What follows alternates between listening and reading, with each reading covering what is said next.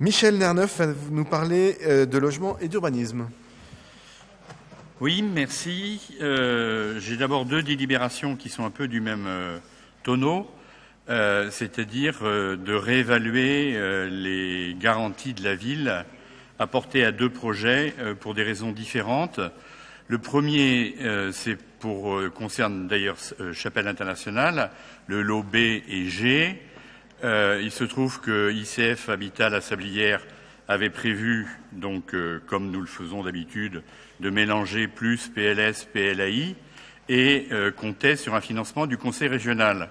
Et le Conseil régional a édicté des nouvelles règles qui excluent de son bénéfice les logements PLAI situés dans des secteurs particuliers de l'Île-de-France, dont celui-ci. Et donc, il a fallu donc que ICF s'appuie sur ses fonds propres et recourt encore à un emprunt, et donc la modification de la garantie de la ville pour ces emprunts. Le deuxième, c'est à peu près la même chose, mais c'est pas la même raison. C'est le programme de résidence étudiante pour jeunes chercheurs et étudiants du 21 rue de la Chapelle. Je rappelle qu'il est en fond de parcelle, qui est un programme qui est mené à la fois par EFIDIS et par le Richemont, c'est-à-dire la RIVP. Et eh bien, vous savez, puisque vous suivez l'actualité, que le programme a été bloqué pendant un certain temps, pendant 2 ans, par le non-accord avec le propriétaire, enfin le locataire plutôt, du dojo.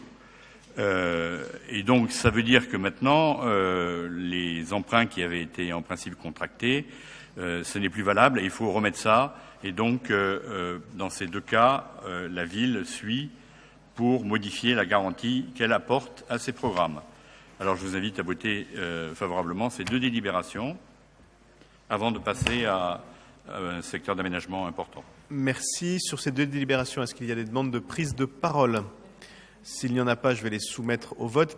La DLH 70 qui est pour unanimité, la DLH 76 qui est pour unanimité, il en est ainsi décidé.